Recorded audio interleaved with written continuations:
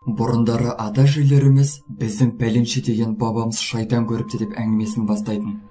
Сондағы айтпағы шайтан анау-мынау адамға көрінбейді. 5 уақыт намазын қаза қылмаған таза кісіге ғана көрінеді деседі. Енді біреулер кез келген жерге отыра беретін нас адамдардың маңайын торауылдайды дейді. Хақ дінімізде шайтанның адамды тура жолдан тайдыру үшін барын салып бағатыны айтылады. Мына бір оқиғаны әжемнен естігенмін. Кезінде атам марқұм жолаушылап келе жатып, түн мезгілі жеткесін атын тоқымынан шешіп, өзі кең даланың төсіне жантая кетіпті. Содан не керек? Бір уақытта ұйқылы ояулы тұрса, жануары жанда жоқ екен. Жануарым жайлуға кеткен ғой деп жорамалдапты. Таңға жуық атамның алдынан жасы 2 жасқа таяған. Алайда кемпірдеуге келіңкіремейтін келіншек аманшылық сұрап, шаңырақтан дәм татып кетуін өтініпті. Bir кезде киіз үйдің ішінен шай ішіп, әңгіме деген құра қояйын десе, іштей жайсыздық маза таптырмаған. Кімнің шаңырағы деген оймен шаңыраққа көз тіксе керек. Сөйтсе, шаңырақтың ортасы жоқ болып шығыпты. Атам бұрындары шайтандарда шаңырақ болмайды дегенді естіген.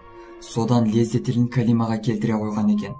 Жаңағы киіз үйде келіншекте көз алдынан ғайып болған. Тек отта жайылып жүрген жылқысын ғана көз шалыпты. Бұл менің әжемнен естігенім ғана. Осы іспетте нәлі туралы небір оқиғалар бүгінгі күнге дейін ауыздан ауызға айтылып келген. Шайтандарды тұяғынан тапжылмай тануға болады деген сияқты сан-саққа жүгіретін сөздер де жеткілікті. Шашыңды түнде жайып жүрме, түнде құдықтан су алма деген ырым-тыйымдарға біз аса мән бере бермейміз. Мұның өзі жөн нәрсе емес. Бірде мынадай оқиға орын алған. Жүкті келіншек түн ортасында есік алдына су төгуге шығады. Жас келіншек сол кеткеннен мол кеттінің күйін кешіпті. Туған туыстары, жақындарының іздемеген жер қалмайды.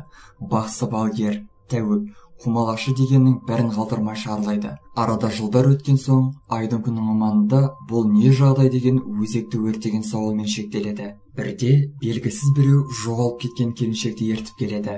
Аяқ қолы сау болғанмен ойлау қабілеті жағынан ауытқуға ұшырапты. Жас келіншекті көп болып дәрігерге апарып, қазақыға көрсетіп жазып алады. Сөйтсе, су төгуге шыққан келіншектің алдынан өзі қатарлас жас әйел туысы секілді көрініп, біраз жерге дейін жол жүргізеді. Сапарлары осылайша жалғасқан. Одан басқа ешбір жағдай жадында сақталмаған. Іблістің ұрпағының қай жерден шыға келіп, нендей жайтқа душар ететіндігін біз білмейміз. Бүгінде шайтан туралы әңгіме қозғалса, есі дұрыс па, не айтып отыр деп төтесінен төпелей кетеді. Қарап отырсаңыз, халқымызда шайтан түртіме, жын қақтыма деген сөз тіркестері бар. Осыдан ақ олардың бар екенін аңғаруға болады.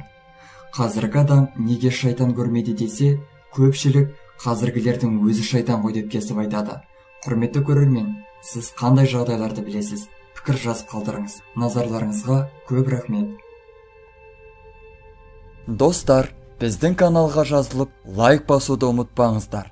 Келесі шығарылымдар тек қана сіздер үшін.